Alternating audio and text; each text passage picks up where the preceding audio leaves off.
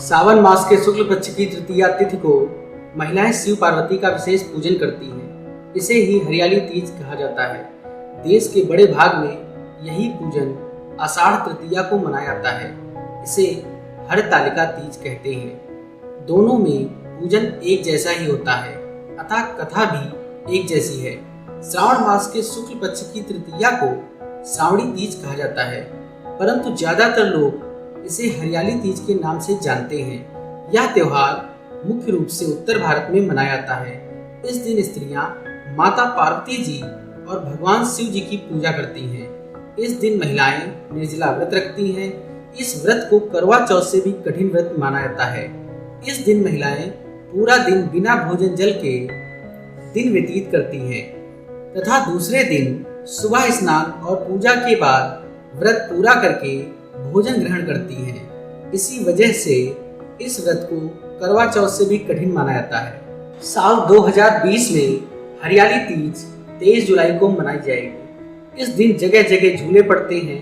इस त्योहार में स्त्रियां हरी लहरिया या चुनरी में गीत गाती हैं, मेहंदी लगाती हैं, श्रृंगार करती हैं, झूला झूलती हैं और नाचती हैं। हरियाली तीज के दिन अनेक स्थानों पर मेले लगते हैं और माता पार्वती की सवारी बड़े धूमधाम से निकाली जाती है।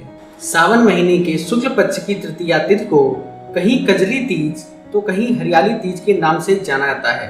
भविष्य पुराण में देवी पार्वती बताती हैं कि तृतीया तिथि को व्रत उन्होंने बनाया है जिससे स्त्रियों को सुहाग और सौभाग्य की प्राप्ति होती है। सावन महीने में तृतीया तिथि को 100 वर्ष की तपस्या के बाद देवी पार्वती ने भगवान शिव को पति के रूप में पाने का वरदान प्राप्त किया था। हरियाली तीज की पूजा विधि। हरियाली तीज के दिन विवाहित स्त्रियां अपने पति की दीर्घायु के लिए व्रत रखती हैं। इस दिन स्त्रियों के मायके से श्रृंगार का सामान और मिठाइयां उनके ससुराल भेजी जाती हैं। हरियाली तीज के दिन महिलाएं सुबह घर के काम और स्नान करने के बाद 16 श्रृंगार करके निर्जला व्रत रखती हैं। इसके बाद मां पार्वती और भगवान शिव की पूजा होती है। पूजा के अंत में तीज की कथा सुनाई जाती है। कथा के समापन पर महिलाएं मां गौरी से पति की लंबी उम्र की कामना करती हैं। इसके बाद घर में उत्सव मनाया जाता है और भजन व लोक नृत्य किए जाते हैं। इस दिन हरे वस्त्र, हरी चुनरी, हरा लहरिया, हरा श्रृंगार, मेहंदी, झूला झूलने का भी रिवाज है। आइए सुनते हैं हरियाली तीज पौराणिक व्रत कथा। भगवान शिव ने पार्वती को उनके पूर्व जन्म के बारे में याद दिलाने के लिए यह कथा सुनाई थी। हरियाली तीज व्रत कथा इस प्रकार है। शिव जी कहते हैं, हे पार्वती, बहुत समय पहले तुमने हिमालय पर मुझे वर के रूप में पाने के लिए घोर तप किया था। इस दौरान तुमने अन्न जल त्याग कर सूखे पत्ते चबाकर दिन व्यतीत किए थे। किसी भी मौसम की परवाह किए बिना तुमने निरंतर तप किया। तुम्हारी इस स्थिति को देखकर तुम्हारे पिता बहुत दुखी हुए थे। ऐसी स्थिति में नारद जी तुम्हारे घर पधारे।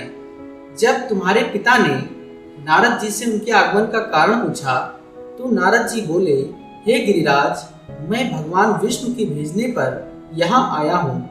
आपकी कन्या की घोर तपस्या से प्रसन्न होकर वह उससे विवाह करना चाहते हैं। इस बारे में मैं आपकी राय जानना चाहता हूँ। नारद जी की बात सुनकर पर्वतराज अति प्रसन्नता के साथ बोले, हे नारद जी, यदि स्वयं भगवान विष्णु मेरी कन्या से विवाह करना चाहते हैं तो इससे बड़ी कोई बात नहीं हो सकती। मैं इस विवाह के लिए तैयार हूँ। फिर शिव जी पार्वती जी से कहते हैं, तुम्हारे पिता की स्वीकृति पाकर नारद जी विष्णु जी के पास गए और यह शुभ समाचार सुनाया। लेकिन जब तुम्हें इस विवाह के बारे में पता चला तो तुम्हें बहुत दुख हुआ। तुम मुझे यानी कैलाशपति शिव को मन से अपना पति मान चुकी थी। तुमने अपने व्याकुल मन की बात अपनी सहेली को बताई। तुम्हारी सहेली ने सुझाव दिया कि वह तुम्हें एक घनघोर वन में ले जाकर छुपा देगी और वहां रहकर तुम शिव जी को प्राप्त करने की साधना करना। इसके बाद तुम्हारे पिता तुम्हें घर में ना पाकर बड़े चिंतित और दुखी हुए। वह सोचने लगे कि यदि विष्णु जी बारात लेकर आ गए और तुम घर पर ना मिली तो क्या होगा। उन्होंने तुम्हारी खोज में धरती पाताल एक करवा दिए, लेकिन तुम ना मिली। तुम वन में एक गुफा के भीतर मेरी आराधना में लीन थी। भाद्रपद तृतीय शुक्ल को तुमने रेत से एक शिवलिंग का निर्माण कर मेरी आराधना की, जिससे प्रसन्न होकर मैंने तुम्हारी मनोकामना पूर्ण की। इसके बाद तुमने अपने पिता से कहा कि पिताजी, मैंने अपने जीवन का लंबा समय भगवान शिव की तपस्या में बिताया है और भगवान शिव ने मेरी तपस्या से प्रसन्न होकर मुझे स्वीकार भी कर लिया है। अब मैं आपके साथ एक ही शर्त पर चलूंगी कि आप मेरा विवाह भगवान शिव के साथ ही करेंगे। पर्वतराज ने तुम्हारी इच्छा स्वीकार कर ली और तुम्हें घर वापस ले गए। कुछ समय बाद उन्होंने पूरे विधि विधान से हमारा विवाह किया। भगवान शिव ने इसके बाद कहा कि हे पार्वती, तृतीया को तुमने मेरी आराधना करके जो व्रत किया था, उसी के परिणाम स्वरूप हम दोनों का विवाह संभव हो सका।